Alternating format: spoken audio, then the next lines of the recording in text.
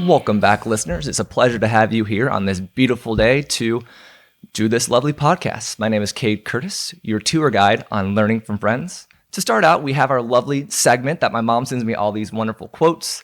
And today's quote really hit me strong whenever I realized the person I'm interviewing today. It goes, it's by Carolyn Kelso. Don't underestimate the power of your story. You could be changing someone's world by just being you. That quote is just so powerful just because of the dynamic of this conversation today.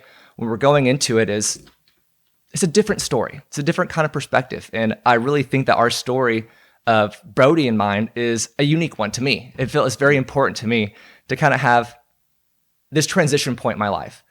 So today, what I'm doing is I'm speaking with my friend Brody, who runs a life-changing nonprofit here in Cherokee County, which is called Lions Life Community Incorporated. We're going to discuss what it takes to become a nonprofit and what all that entails, the inspiration to the program, and his spiritual life that has led him to this place in his life. So let's introduce Brody to the podcast. Brody, welcome. Hey, man. Thanks for having me. Oh, it's a pleasure to have you. And earlier you told me that you're a regular listener to the podcast. Yeah, and so that I love it. I love it. Warms my heart. Can you introduce yourself to the audience here? Yeah, Brody Smithwick, director of Lion Life, and I'm a husband and a dad, and just love Jesus, and yeah, man, happy to be here. And we're sitting sipping coffee, not coffee, tea. I can't make a cup of coffee, so Good tea. We're sitting here really sipping on some tea and just having a good conversation on a Sunday. Yeah. So it's the kind of good stuff here. Now, how do we know each other? Do you have any interesting stories that you kind of want to share? Yeah, I got an interesting story I'd like to share. So we've known each other for a long time, but my first memory of us, like the first moment that I can remember your face is we were playing, I guess it was field day at Teasley, 8th grade, somewhere around there, and dodgeball. It was a dodgeball game, an intense dodgeball game, and either I threw the dodgeball or somebody else hit you, and you didn't know that it hit you, maybe. I don't know, but I thought that you were out. And so then I start saying that you are out, and I get really fired up because I think you're not going out. And so I remember like rushing towards you in like anger, and a teacher jumping in front of us and like getting between us because you were like, I'm not out or whatever. And like, so we had a little tiff there about a dodgeball game. And so that's in 8th grade. So that's my first memory of us knowing each other. See, it's interesting that kind of continues kind of forward of we walked two separate paths that we really didn't kind of get along in middle school or high school. Yeah, not at all. By the end of high school and college, we start reconnecting here. And a couple years ago, after college, I hadn't seen Brody in a while, and one of our Joseph Mize, one of our former guests on here as well, goes, hey, like, Cade, there's we're looking at starting up a Bible study kind of deal. I'm like, okay, cool. Like, who's kind of going on there? He goes, Brody's leading this thing. And I go, wait, Brody Smithwick is leading this. Like, and so something said like, okay, you got to go. You got to go. And we sat down and we kind of talked it out and figured out kind of what was our history, what kind of happened. And I mean, this guy is the one who brought me back into my faith of really kind of questioning again and looking at it and challenging me just to reevaluate everything. So I thank you a ton for that. Like, well, man, dude, you've just been such a blessing in my life in so many different ways. So, man, I'm just really glad that the dodgeball game wasn't where our friendship ended. Oh man, because we would have missed out on a lot of good stuff. So, yeah, man, I'm grateful we crossed paths later in life. And it's important sometimes in life that you never know what could happen at the age of 10, and the age at 20, and the age at 30, Absolutely. Like where your paths could ultimately reconnect. So before going into talking about your nonprofit, I'm going to read this mission statement because it really does a phenomenal job talking about what your mission is. That's the point of it. So Lion Life Community Incorporated, their mission statement is, our mission is to offer education to the people in our community who otherwise will not have access to it. Founded on the belief that art has the power to affect radical change in a community, Lion Life seeks to inspire our students to create a better world through many different artistic mediums. We believe art at its core is about conveying or shifting a perspective. And that metacognition is often the result of creating. When anyone engages in metacognition, they are more able to overcome challenges, gain perspective, self-regulate, and persevere through any issue. My apologies. By having our students create in a collaborative setting, they also come to the form of deep relationships around the act of creation, leading to an unheralded unity across all fronts. For the enrichment of our community and our future, we believe in education for all. Awesome. Like, man, that's such a powerful statement. Really, when looking at your whole entire life and where you are spiritually and into the community of where we are, I mean, that hits deep. Man, it's been a long time since I've read that, and you read it so perfectly. That was wow, man, I appreciate you doing that. It's good to hear that. So, yeah, man, that's the goal, right? For Lion Life, and what we want to do through education, and definitely the art. We're huge on the arts, but there's also traditional education, through the GED and things like that. But yeah, man, that's what we try to be about. Yeah, that's phenomenal that you're able to do this, and especially in the community of Cherokee County as a whole. There's a lot of opportunity for that. There really is. Now, how do you become a nonprofit organization? Good question. So it's just a lot of paperwork, right? And you have to have a mission statement that is that's a part of it. That's trying to, or I should say, that fits within the parameters of what a nonprofit is. And so you're essentially applying to have a tax status with the government. And like I said, it's a lengthy application. You got to send it into the IRS. You have to be approved. There's a fee that comes with it and all that stuff. So it's just a lot of getting your ducks in the row. You are essentially at that point, you're not an LLC. You're not a for-profit company. So it really affects how you go about operating with your finances, what your end goals are. You have to form a board, and so the board technically governs the entity. And yeah, but there's a lot of details to it. This is like a sprawling question. It's a really becoming one is hard.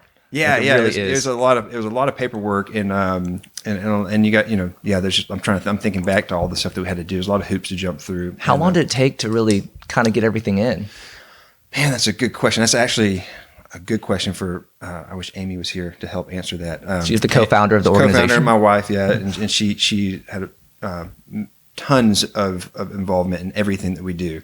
The true brains of the operation. Yes, absolutely, the brains and the beauty of it all. But yeah, so I would say it took us several months just to get it all, filled out and written up and all those things, and then once you apply, it takes it can take a year or more for it to come back. We were really fortunate; it came back within 6 months, and so we had tried to make sure that we had all of our T's crossed and I's dotted, because a lot of times you send the application in and it comes back and you didn't do something right, and then it kind of reboots it all over, and it can take a lot of time. So fortunately, we got it right on the first try, and it after the prep work, it came back within 6 months. That's phenomenal. And that kind of shows the importance of what you do and the gifts that you've been given as well, because you are an amazing writer. You really bring this energy with you to anything you do. And so I bet it was easy for them to process that paperwork, because it was probably easy to read and easy to follow on it, especially with your words. You helped me with my resume, and you've helped a couple of our other friends, Chris Bias, who's working on his book that we discussed. You've helped him work on that as well. So you were just a jack of all trades when it comes to that literary world. Master of probably none, but I do stay busy. I drink a lot of coffee. Yeah, I don't know how you do your hours. I don't know how you do it. Well, what's your education background then? Yeah, so went to University of Georgia with you and got a degree in English literature with a focus on creative writing. They had like a kind of like a minor, which I guess emphasis would probably be a better word. And then later went back to grad school at Kennesaw State University for a master's in professional writing with a focus on creative writing and composition and rhetoric. So, and then taught it on a teaching fellowship there at KSU. So I got to teach English 1101 and 1102 and things like that. So that was really cool. but all that was, so all that's that's my education background. Yeah, and you did not adjunct, but you were a not co-teacher. What is it called? Well, it's they call you a professor of record because you're that's over, it. Yeah, you're over the class. I mean, I had two, an English 1101 and an 1102 class that I was the full-blown professor for. So that's part of the teaching fellowship, is that you have to do a certain amount of credit hours and go through a whole program to get, I guess they don't give you like an actual certificate, but it's that's your qualifications before you can actually step in and be a professor of record for the incoming freshmen. So add on to the titles of Professor Smithwick here. Yeah, I'll take it. But you offer a lot of programs, as mentioned in the mission statement. You do like a GED program. Mm-hmm. You have the creative writing, continuing education preparation, entrepreneurship, and music. Can you tell us a little bit more about these programs? Yeah, sure. So I'll start with GED. I'm gonna take a sip of tea here. Soak it in. Get some nice. Get the throat all nice and coated. Losing my voice there. So GED is pretty straightforward, and it's probably our most accessed program that we've been doing. And it's we do tutoring. We do a set of assessment to figure out who or really where everybody's at, and it's kind of a constant thing. We got the jail setting is very transient, so we have people coming in and out all the time. So a lot of people always going through the pretest section, and then once we figure out where they're at, then we start tailoring lesson plans for them to work on and bring their scores up to be test ready. And then once a month, we partner with Chattahoochee Technical College to orchestrate an official GED test. So they bring in a mobile testing lab and set up their computers in our library at the jail, and then we whoever our test candidates are test, and they actually get their official GED through our program, which is really cool. And so I'd say that's probably that's one of our biggest programs. And then the entrepreneurship. We've done a lot. That one's kind of morphed over the years. We used to have some guys come in and teach some really good classes that basically started with a business plan, coaching guys through creating a business plan so that when they got out, they could implement it. And it was always focused on like micro business. I think he called it like micro businesses, what we were calling them, but things that they could realistically start, like very quickly with low overhead, low cost, right? So like one that a lot of guys were interested in would be the car detailing. Oh, okay. Something that they don't have to spend a fortune, take out a big business loan or something, that they can just really get started quickly and things like that. So they would go through starting their a very detailed business plan, a lot of action items, and kind of just day one, you walk out of the jail, here's how you're going to do it. And then we plug them into some resources when they got out. So that was entrepreneurship. It kind of morphed into a really strong resume building workshop later on, because we were finding it difficult to get a ton of guys to I don't want to say follow through. It was that we realized we could affect more change and help guys better in the general population by helping them really have an airtight resume when they came out. And so because the guys that were serious about entrepreneurship, they were doing it. I mean, you'd have a guy that would go through and he'd come out and because it wasn't about follow through, because the guys would get out and follow through on the stuff, but you'd have like 1 out of 50, and because not everybody wants to be an entrepreneur, right? And it's hard. It's not easy. Right. And so it was like, man, we could, are we really serving the greater good here? And so we kind of tailored it into a resume workshop thing, which I think has been more beneficial. We've had a lot more people engage that over the years. And then let's see, what else is there?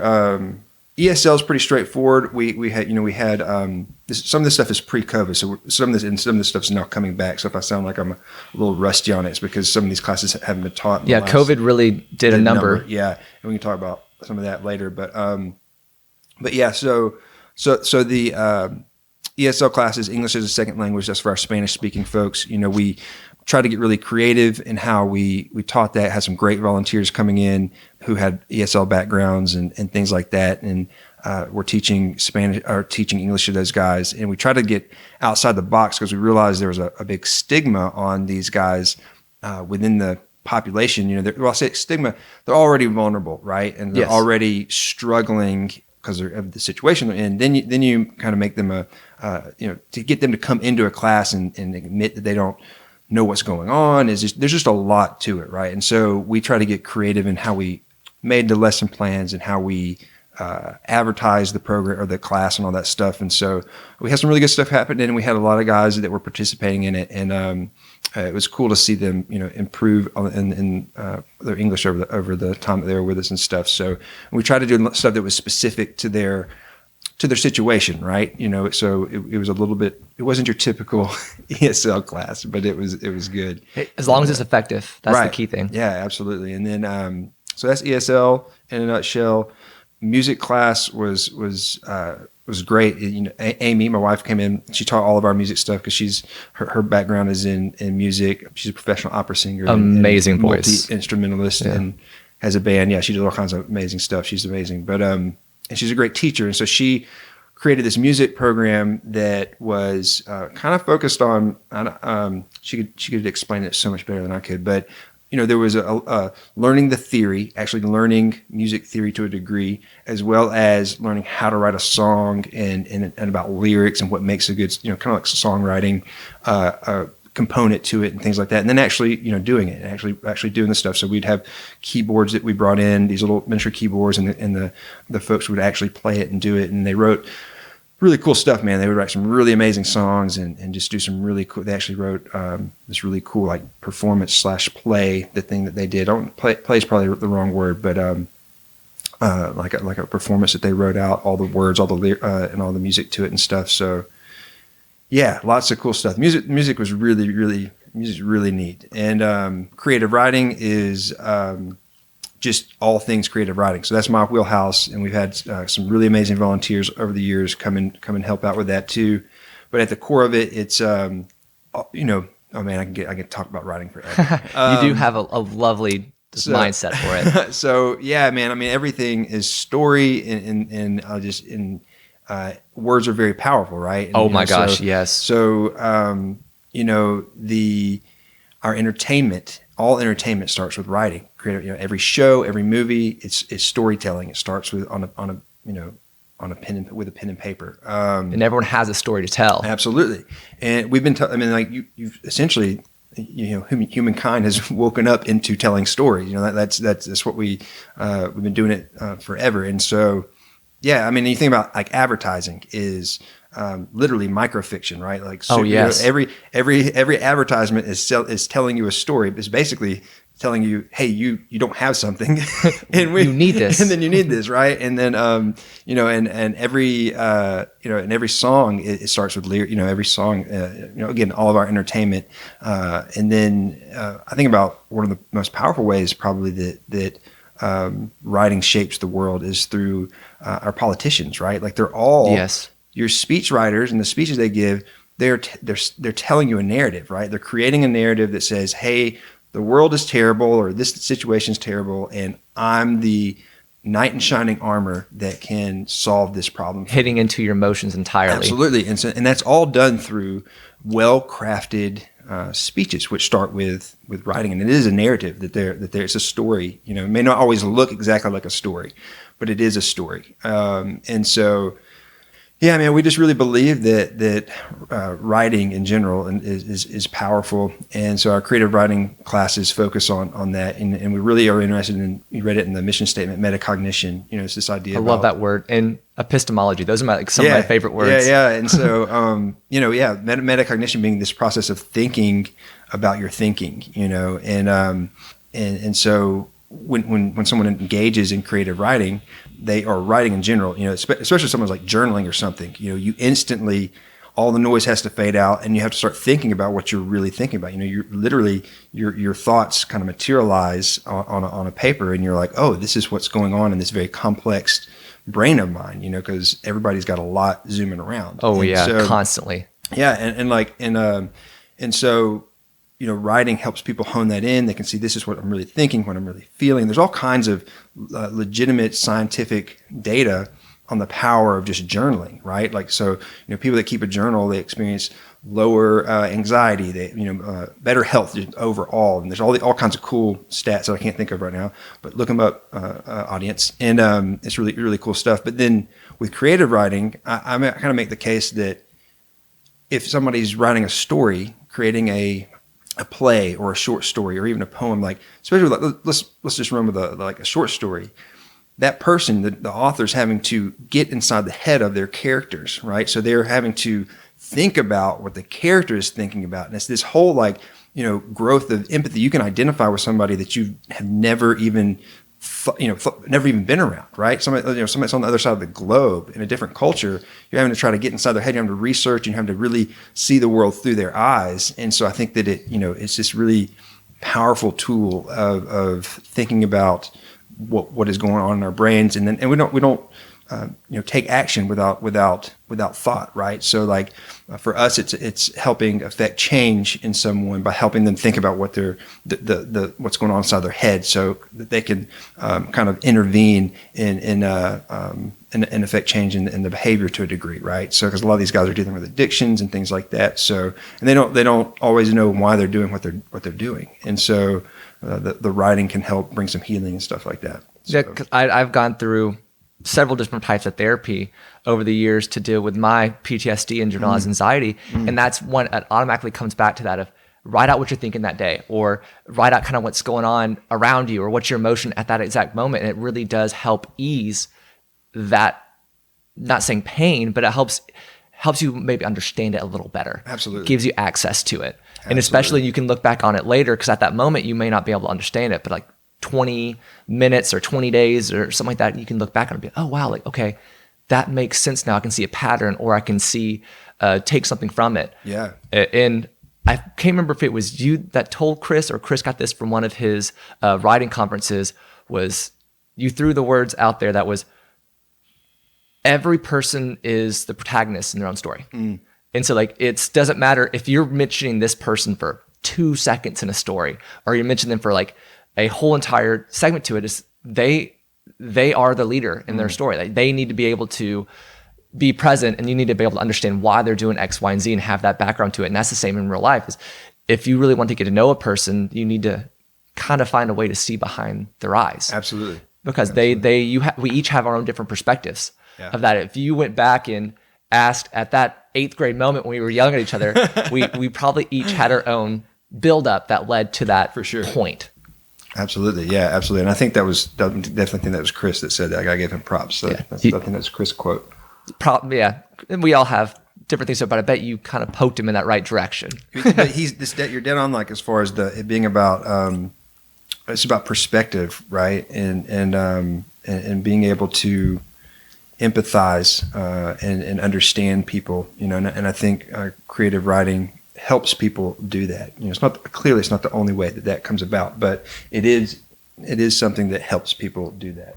Yeah. And there's a lot of misconceptions in the population that you have started working with inside the jails. What led to this location of getting involved with this community? Good question. So I had Jesus. That's the only answer I really can say, is because it's not something that I thought I was going to be doing. Actually, the jail was the last place I ever wanted to be, because I had grown up and was a wild kid and got into a lot of trouble. You know my story, but for the audience, like I got into all kinds of trouble, chased after, all the wrong things of the world, and got arrested a couple times. And so for me, that world was something I wanted nothing to do with. And I actually landed a good job right after college out in Dallas, Texas, with an organization, and thought that I was going out there to change the world, and quickly realized that that's not what I was called to do, and so very, very long story short, I was back in Cherokee County, kind of just figuring out what the next moves were for my life, and somebody was like, "Hey, there's a job opening at the Cherokee County Jail for a GED instructor. You should apply for it." And I was like, "I can't do that. Like I got a criminal background, and I think that was one reason. That is one reason I'm so passionate about it, is because education had changed my life. At that point, Jesus had showed up on the scene and changed my life radically. A degree had also at that point changed my life massively. And so for me, I thought, man, this would be a really cool thing to do, to get to work with guys and help them that are in this state. But like, there's just no way I just didn't think I'd get the job. And then, long story short, man, I just will never forget he's like a completely stereotypical cop from Jersey, has my arrest records in one hand and my job application in another, and it's like, I don't know why I'm going to give you this job, but I'm going to give you a shot. And it changed my life, and I was just, and I see that as the hand of the Lord just making a way, because it was like a legitimate miracle, that they let me in there, and that I got the job. At least that's how I feel about it. And so, and if you knew the cop, you would know. And I later found out it absolutely was a miracle, because he just didn't normally do things like that ever. And so I got there, and the program was kind of handed to me as just a GED instructor, because the college that had the program before had lost some funding, and they left. And so I kind of just got handed this GED program, and I started doing just the GED stuff for a long time. And was a chaplain at the jail there as well, and just started seeing a massive change, and thought, man, we could really do more. And then that's where the idea to start Line Life. After a couple of years, we want to started Line Life, and as a way to be able to build more programming and to do more. And so, yeah, I don't know if I answered it. I got on a no. You totally answered that question in a very beautiful way. And it explains the story of how you got there. That's the really cool thing about listening to, is how to tell the story and how to really give us that back detail. And that's why I extremely respect and envy can be a very dangerous thing, of how you're able to articulate yourself. That's something I've always struggled with, is articulation. Oh man, well, I appreciate that, man. It's, thank you. Now, what are some inspirational kind of stories of things you've witnessed that coming through being a chaplain and being inside the jail, doing the GED program, doing the music stuff? Or is there like an interesting inspirational story you'd like to tell of some change? Yeah. I got a couple. One really cool story. This is a recent one. A guy was in our program a few years ago in our creative writing class, and he got out, and he started coming to. He went to prison, got out, and started coming to we have a creative writing class that meets on Sundays at 2:00 at the Duncan in downtown Canton. So that's where I'm headed. I'm headed after this. So I need to be done by 1:30, 1:40? 1:40 probably, yeah. Okay. Would be great. So I can scoot over there. But yeah, we've been doing that for a while, and it's the same stuff, right? So same stuff that we do in the inside. Just it's a lot of the guys that have come through the program. He started coming about a year ago, and he just writing, doing the normal stuff. And then he had this idea that he wanted to go to college. And so we literally just here recently got him enrolled in school. So he's back in college right now, and he's doing it. He's going back for, he's been working with a heating and cooling company. And so the program that he's in, the degree that he gets will help him really, go next level and get a better position and stuff. And so he's doing great. And so that's a recent one, man. And, we see a lot of cool stuff like that kind of fruit that comes into fruition, later on after these guys have exited, and we link back up with them. Yeah, I got so many cool stories about these different guys that have gone on to go to college, or that are just doing so well, that we've, that passed through our program and stuff. But and not all of it is like it's not like we've held their hand the whole way, right? For some of them, a lot of them we're like a launch point, like a guy comes to our stuff, gets amped about writing, and then we see him, 3 or 4 years later, and he's doing well in it. And so I don't want to take full credit for their life change. You're boosting their confidence. But we hope that we like to think that we played a role in it. Another guy, I'll probably see him here shortly. He came in and had never written anything creatively, and he was in his 50s, and I asked him to write a poem. He always tells a story about how he thought poetry's for girls or something, like it just, I was like this, he's like, poetry, who writes poetry, and he's just this real,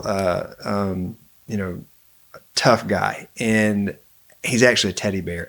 I love him. But he at least there in that setting, he was a tough guy. And now, I mean, so he's 6 years out of our program, and he comes to our group, and he has written, I think, like 8 novels. I mean, oh my word, it's absurd. He writes all the time. And he's just his whole life, I mean, he's doing excellent, you know, and he's retired now. And he writes, and yeah, we're hoping he can get something published, and he's got tons of short stories and stuff. And now he talks about, now he loves poetry. and he from one end to the other. Yeah. And he's like, he always talks about how he's so glad that he, came into that class. And so that's all, things like that. We had guys write an entire full-length 4-act play while they were in the jail. Whoa. This was cool. There's a veteran in there who got in bad situation, and another guy. So he started telling his story to one of the writers, and this guy. So the guy that was in our class took his story, put some extra drama into it, and turned it into a 4-act play that then the guys held auditions for and cast it. And then we got the upper administration of the jail, so all the brass and stuff, to come down and watch them perform it. And it was powerful, man. I mean, they were like, teary eyes and the whole thing. So that was really, really cool. Yeah, man, things like that. So I could go on forever. That's I mean, I can't even, I'm baffled and amazed by what you've been able to do. And how long have you been in this program? Like, how long have y'all had it at this jail? So I've been there since 2012. So October this year will be 10 years. Yeah, it's That's crazy. amazing. It's crazy that I've been there that long. But and then Line Life, I forget how long we've been doing Line Life, but officially we've been doing the work for basically since then, since 2012, so the GED and stuff. But the real art heavy components and stuff didn't come in until a couple of years later. But yeah, so 10 years overall though.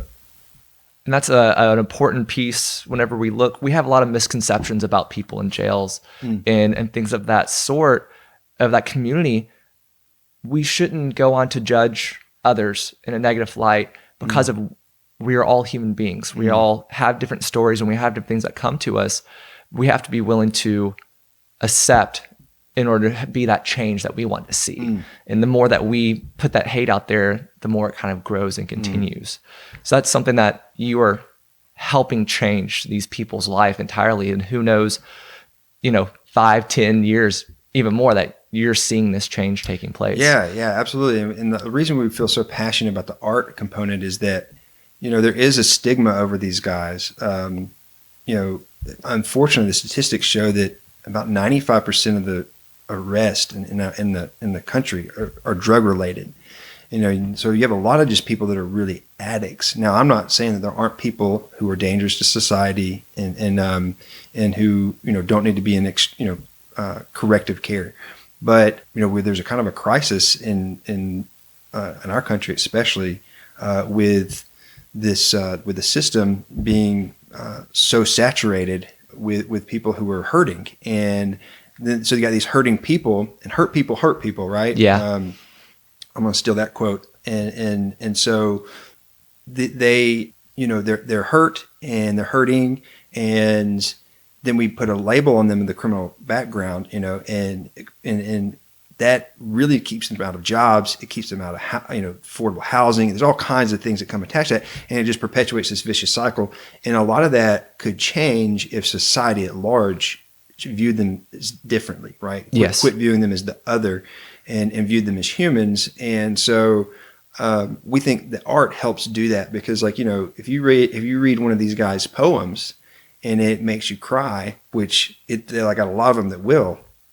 One of my guys called me last night and read me this poem that was just amazing. I mean, literally gave me goosebumps, and so, when that happens, and then you as somebody that maybe has nothing to, if you have that stigma attached to these people, and suddenly you're weeping at what they've written, then you can see them very differently. It shifts that perspective, and so seeing behind someone's eyes. Absolutely. That's the big goal, big picture, end game for what Line Life is about. So if I wanted to become involved, how could I volunteer to be able to support your organization? Yeah, so we got a website, and if you just go to www.lion, like the animal, LION, .life, LIFE, it'll take you to the website. So not .com. We have to say, we always have to say that. Not .com, just www.lion.life, and there's a volunteer application on there, and so people could just fill that out, and that puts us in touch with them. And then go through our process, and then and donations. I mean, it takes donations to make all this stuff run, right? So if anybody's wants to do that, that's an excellent way to help us do what we do. If you can't be involved at the boots on the ground level, that's great to have, and I'm going to put those in the notes Cool. to be able to have that out there to be able to, so if you're like, hey, I can't remember what it was, you can look in the notes later and I'll have it there so you can be able to click on it or copy and paste to get in contact. Awesome. And great. It does, as you said, like if you're able to get the boots on the ground, being able to contribute financially goes a long way as well for any nonprofit. Yes. Because again, a lot of it is running off the donation and the willingness of others to volunteer their time. So that's just anybody you can do that. I am so grateful and so honored that for those that do, because it does make a big difference. Yeah, we couldn't do what we do without our volunteers. I mean, seriously, we have superhuman people that volunteer with us, and they amaze me. So we're hyper grateful for them. So what's future plans for Lion Life? Good question. Right now, we're trying to build the stuff that we're doing on the outside. So trying to build those classes more, get more guys involved in those. And we've been really the last year, especially when COVID hit and stuff, we started a in-house library at the jail. And so it's a full, guys check out books once a week. We have probably like 400 or 500 guys access it, on average, probably about 400 times. It gets accessed about 400 times a month. And so there's a big literacy initiative, which is cool. So we've been growing that, and just figuring out what all we can do with that. And so we want to see that get more. Some more traction. Some more traction. Yeah, that's the right word. And then we're working on digitizing a lot of our stuff, primarily the GED. And so we're getting kind of close to the end of having our entire GED program in a digital format. Oh, wow. And so that's been that's been, basically the last 2 years or so what we've been working on. And so, yeah, just getting that over the hump so it can be completed. And I don't know what we'll do with it once it's done on how we'll go about, using it in the community and stuff. But we kind of have this dream of seeing a lot of people access it and get tutoring and stuff that need it. So that wouldn't be able to have it otherwise. Yes, and access the community that needs the assistance there. Yeah, absolutely. And make it putting it in their hands. Yep. It goes a long way. Now I want to transition to our next topic, because it does connect very nicely of how God played a huge role in this. Yeah. And you had a very interesting backstory in this transition, as you mentioned earlier, that you were kind of had a rough childhood in that sense of being in and out of making the poor decisions. Mm-hmm. Can you share a little bit of what led to this transition of where God comes heavily into your life? Yeah, sure. So I think you could almost sum it up in like, I chased everything that the world said would make me happy and make me feel fulfilled, and it didn't.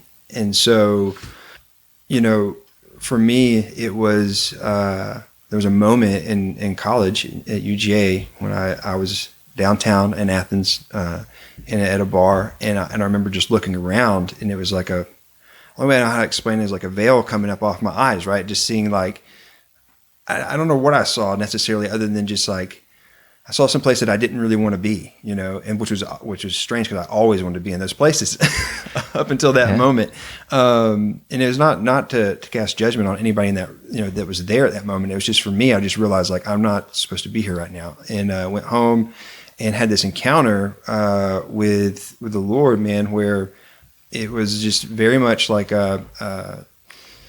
seeing who he was calling me to be, and then seeing the path of destruction that was behind me, and like where that path was going to lead me, because, I was just into all the wrong things at that point. If you looked at my life from the outside looking in, you'd be like, oh, he's got it together. He's got, the degree, he run his own business. I ran my own business through college. He's running his own business. He's a young guy, that's doing well in business, and now he's got this other thing lined up. You would have thought that everything was going great, and it technically was, but like I was bankrupt on the inside.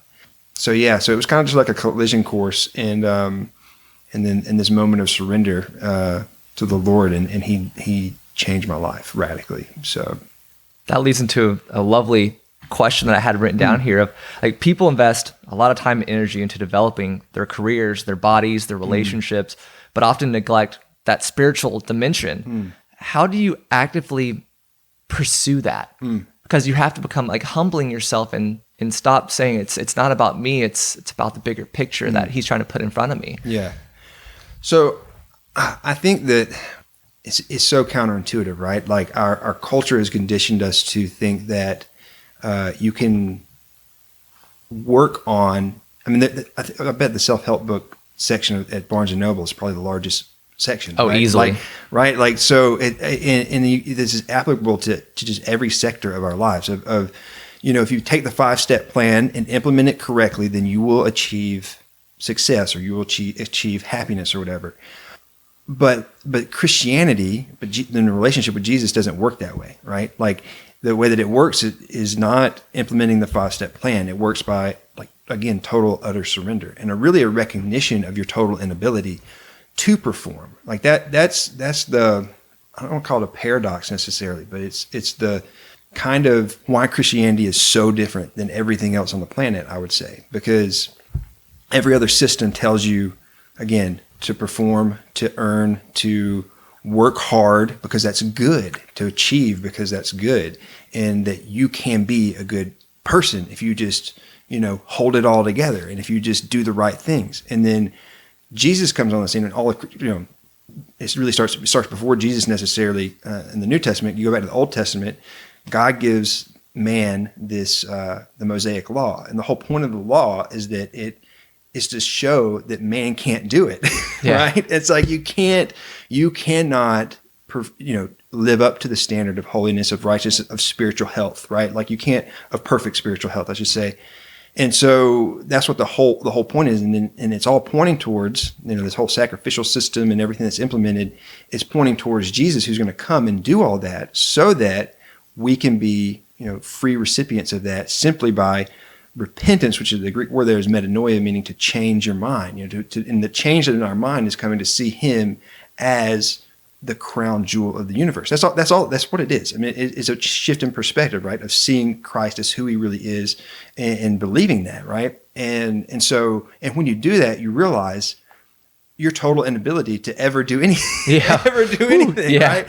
But that's a scandal of grace, that He did it all, and you just get to receive it, right? And as a dad of a 5-year-old, it kind of, to me, it just makes sense that if He's all love and He's all good and we're His kids, He's going to want to just lavish everything on us. You know what I mean? And so I think, because that's what I want to do for my little girl, right? Like I want her to experience all things good, and so it is a scandal, but it's a scandal that I understand, because if it's true that He is a loving Father, and that He wants to bless His kids, and so to answer I haven't really answered the question, but I'll kind of circle back and try to.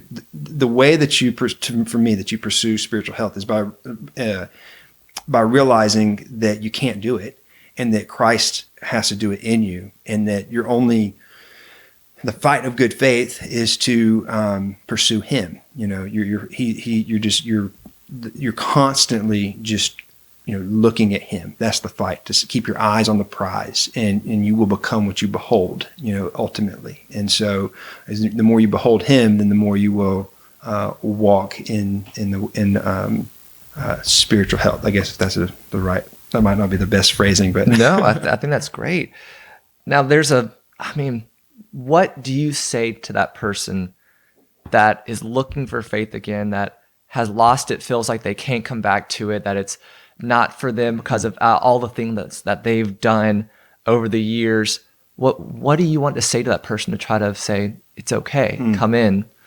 Yeah, I would say to them, He's a good Father, and his heart is for you. He tenaciously pursues you.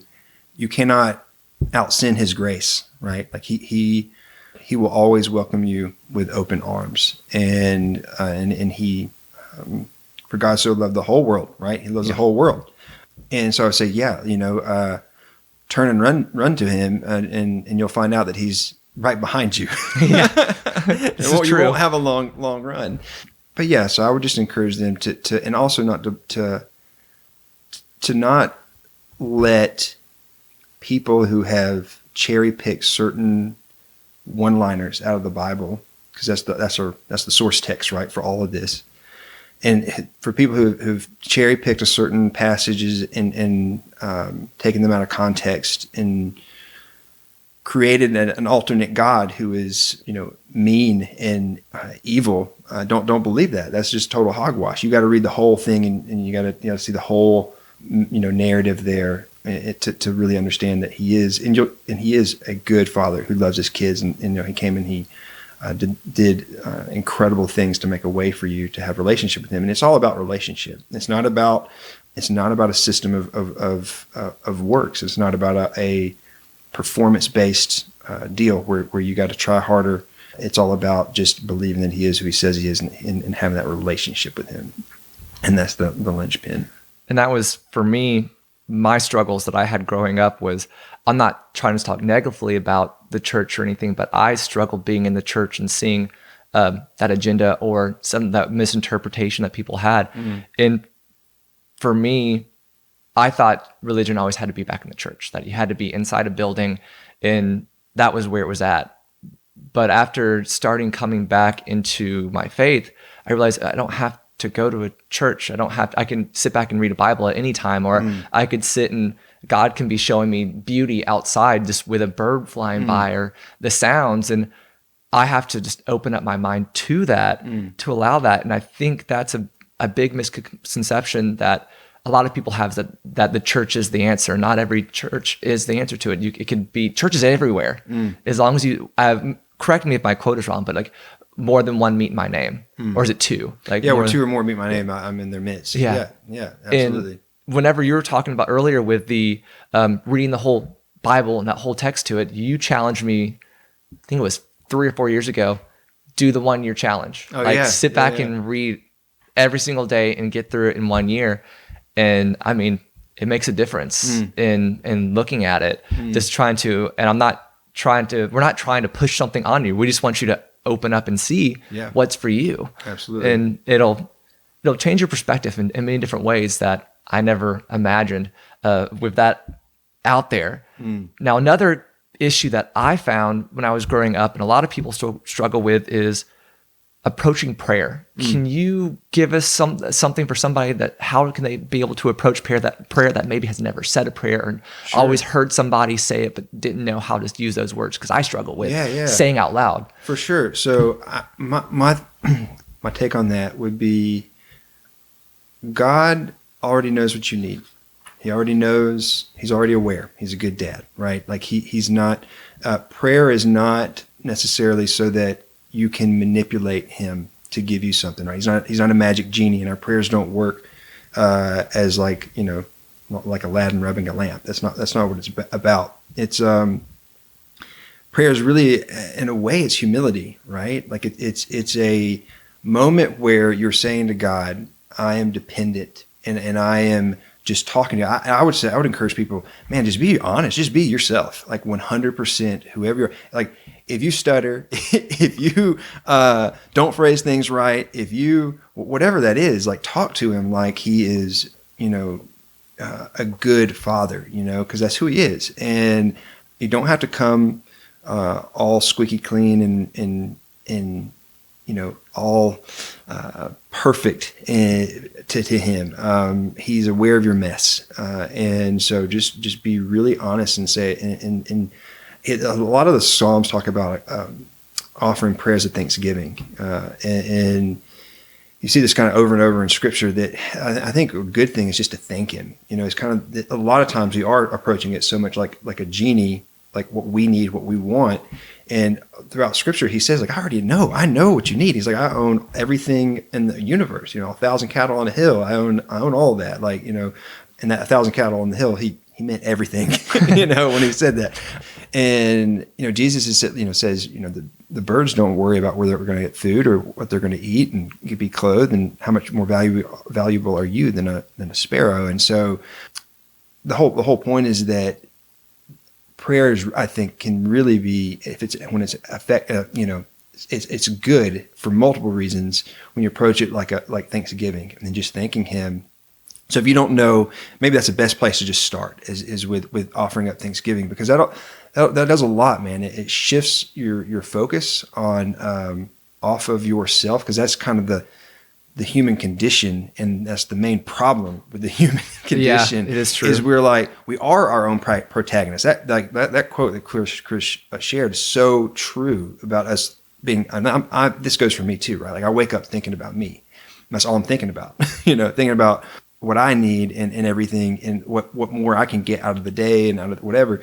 And when in reality, like, if we just open our eyes to how blessed we are, like if we just open our eyes to that bird that fly into the air and realize, like, that is beauty in motion, and the gifts that he's given us, the breath in our lungs, like I even in your hardest season, I guarantee you there are ways that you can thank him. And oftentimes my experience has been, like, in hindsight, those hard seasons are where I came out of it thanking him the most because of all that he did in those hard seasons, all the things that I learned and stuff. So you can thank him in the hard seasons as well.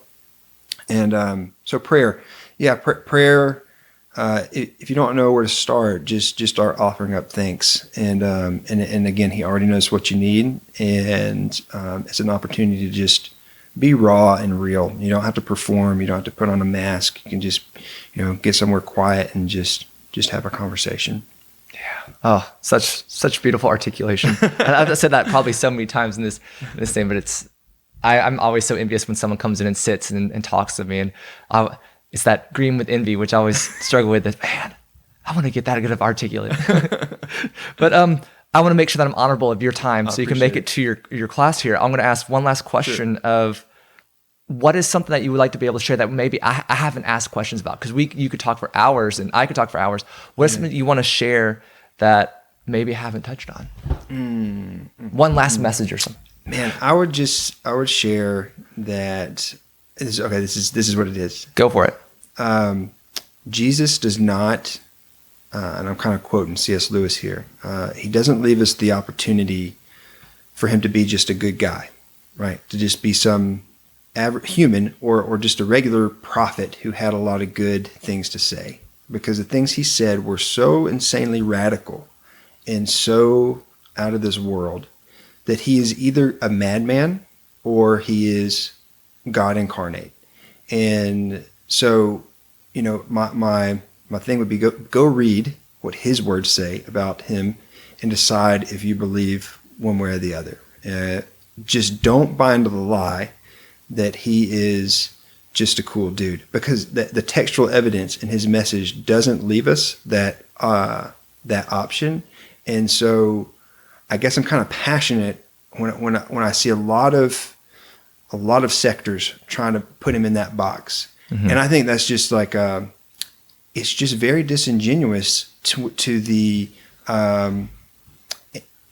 because it's not all you have to do is read what he said about himself, and it's very clear he couldn't be those things. So decide which one of those you where you land in that camp. And if he's a madman, then what he says has zero relevance. But if he was a God incarnate, then everything he said has the utmost relevance. And I would say that, and that he is truth, and our world is craving truth right now. And we've in a lot of ways we've concocted this great idea of that truth is relative, and I just think that leads to a lot of stress and a lot of mental problems in our world, because when you make truth relative, then you wake up having no anchor point throughout your entire day or life, and we wonder why our anxiety and our suicide rates and everything is just exponentially increasing. And I would almost, you can almost pinpoint it to the introduction of relativism and the removal of truth. And because so you have a lot of folks who are just really craving that. And so, yeah, don't buy that lie. There you go.